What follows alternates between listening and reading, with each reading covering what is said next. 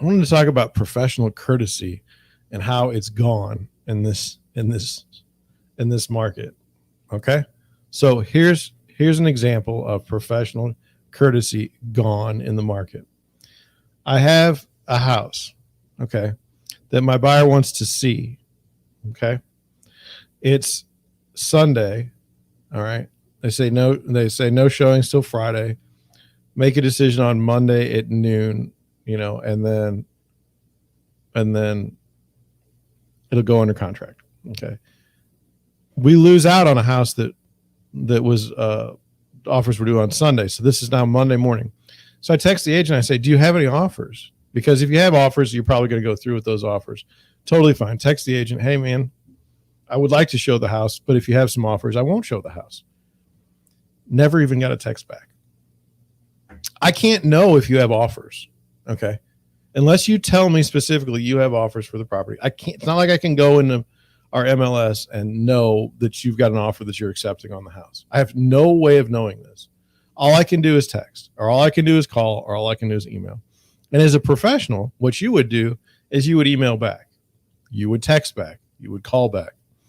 But we've lost that. We've lost that. Why have we lost that? I have some thoughts. But let's continue. Let's talk about some other things that get under my skin in this market. Okay. One of those things is this. You have a listing come up. You make it active on, Wednesday, and you say that's no show until Friday. Offers are due until Monday at noon. Seller has the right to accept an offer at any point in time. However, they've instructed us to not view any offers until Monday. Okay, so you put that in the listing. House gets ready to be shown on Friday. All of a sudden, it goes from coming soon to pending. No chance to even show the house. You say, well, that was because some astute buyer and their agent got in there and wrote a contract that was so overwhelmingly good that they didn't keep it on the market. That's bull. You can't tell me that I have like 3 days to look at a house and then I don't have 3 days to look at a house. You say, well, my obligations to my client. Well, you don't know what your client could have gotten on the open market because you didn't make the house available for anyone.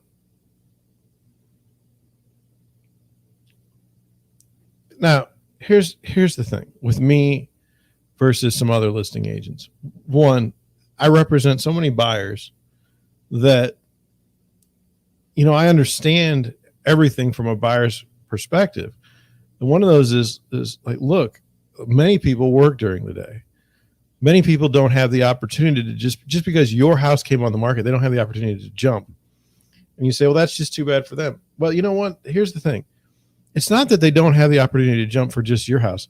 They've probably jumped for like 30 houses before your house. And so they cannot possibly be at every single house the minute that it goes active. It's just not possible. I mean, so that's what happens. And then, do they miss out on a house? No one cares, right? Because the seller got their deal. The buyer's miserable, but they'll go on and they'll go buy something else. Obviously, if they're willing to plunk down $500,000 on one house, probably do that on another. So professional courtesy there is, look, if you're going to leave the house open, if you're going to write that you're leaving it open for a certain amount of time, then leave it open for a certain amount of time. Now you say, well, I don't care about you, John. I don't care about, I want to be a professional. I want to make money. It's fine. It's fine. But to me, the professional courtesy that you show other agents makes the business what it is, at least somewhat enjoyable for those in it. See, right now, it's not that enjoyable. I'll never forget this idiot that listed a house. I think it's going to be in Fenton is where it was. I don't remember off the top of my head. He listed it like $60,000 too low, and he knew what he was doing. And so he got people just parading through the house for a whole weekend. And then, the offense that I thought was the most egregious is you have a different class of buyer going to this house believing that they have a chance to get it, and then they have no chance in the world because it's going to go for $80,000-$90,000 over asking. And then he writes, oh, it's a challenging market. I'm so sorry that your buyer didn't get the house. And it's like, you don't give two shits about whether or not my buyer got the house. And then he's like, I got 60 offers. It's like, oh, well, I wonder why. That's your professional courtesy there is, look, you're definitely required to serve your seller. It is not in the best interest of your seller to have 1,000 people go through your house on a weekend because you mispriced it by a lot on purpose. That guy was an idiot. If I ever come across one of his listings, I'll just tell my buyers, look, I've come across this guy before and he's an idiot. Take that for what you want. If you still want to buy the house, so be it. You say, well, you can't disparage another real estate agent. I don't know that that's disparaging him. I really don't. He is.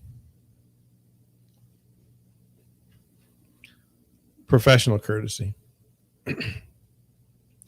There's little things that you can do. Like one of the things that I've seen other people really go crazy with is we have automated like signatures, like DocuSign, Dotloop, transaction coordinating software and things of this nature. And what people are doing is they're just putting the listing agent on the document. And so what happens is the buyers sign all the stuff. It goes straight to the listing agent, but it's all in one package. And the listing agent doesn't like that because he's got to move, or she has to move listings. They have to move their documents to their stuff.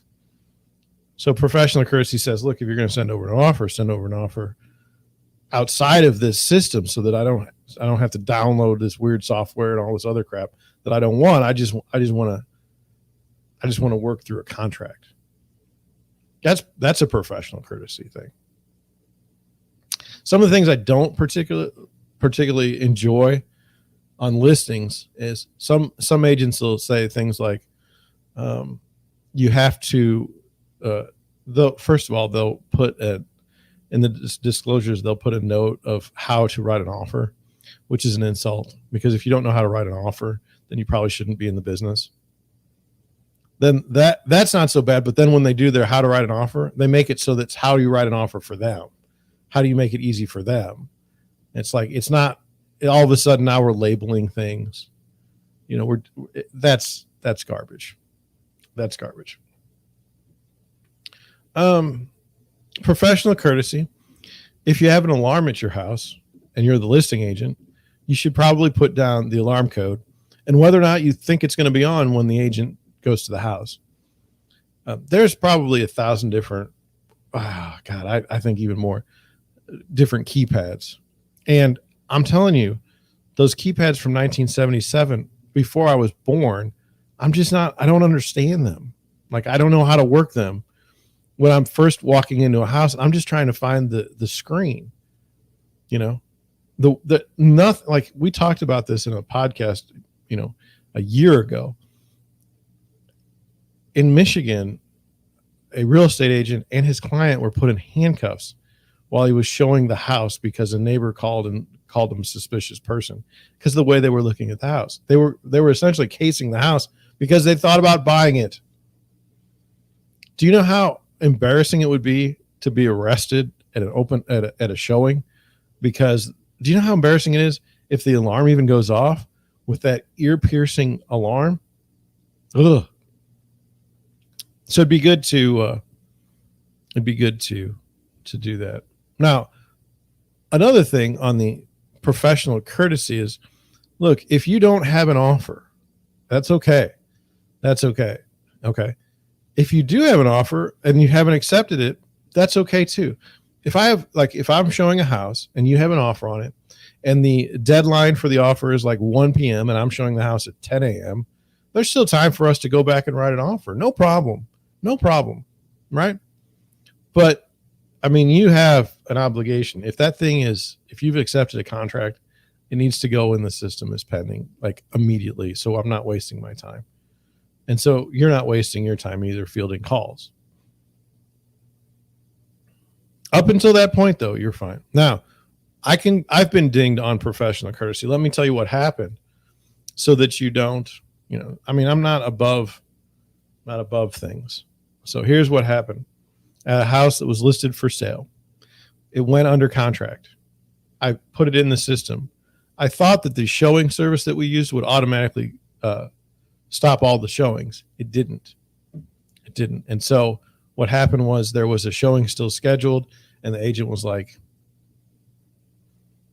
she canceled it on her own because she saw that it was pending, but I felt bad. That was my mistake, and I assumed that it would work out. In that case, something bad happened.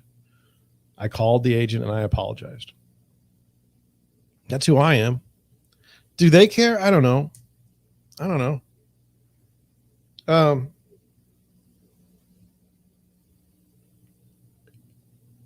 We had a situation this weekend where we lost on an offer, and I read the email that I got from the agent. There's nothing in that email that could help me and my buyers get a house under contract. There was nothing I could tell my buyers from that email that would have eased the sting of losing the house or losing out on the offer. And so in that case, did you even have to write anything at all? I mean, could you have just said, hey, there were 8 other offers and you didn't get it?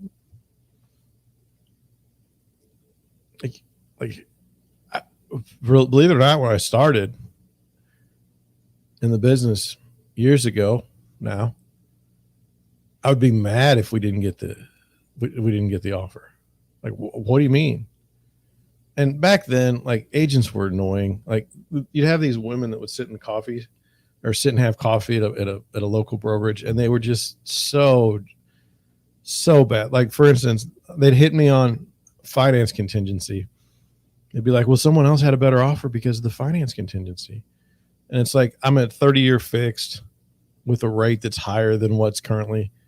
And they're like, well, someone else changed those terms to even better. And it's like, come on. You both have a finance contingency. They were all excited about that. How they could tell their sellers that my offer was not as good as someone else's, even though it was for more money and it was better terms other than the finance contingency. So I don't really have any, I don't know. If you're in the business long enough, you have every which way to be slighted on offers. So that's what I think about that. So why do I think professional courtesy is lagging? Well, one, there's a thing where, like, well, you were not courteous to me, but like a million times over. Like, you were not courteous to me. So, like, say you were working on a different deal and someone wasn't courteous to you. So do you extend the favor to someone else now when you're in that position? No. So that's one thing. Number two, you're a young agent who doesn't care. Like, you don't know that you don't even know that there's professional courtesy. You're not aware of it. You wouldn't have known. So that's why that happens. Can we do more to get it back? Yeah, if we put it in the continue ad, which I have to take June 30th is the date. If I don't get it done by then, my brokerage stops. So on top of everything else, I need to do continuing ad this month, which is fine. Great. So that was my talk on professional courtesy.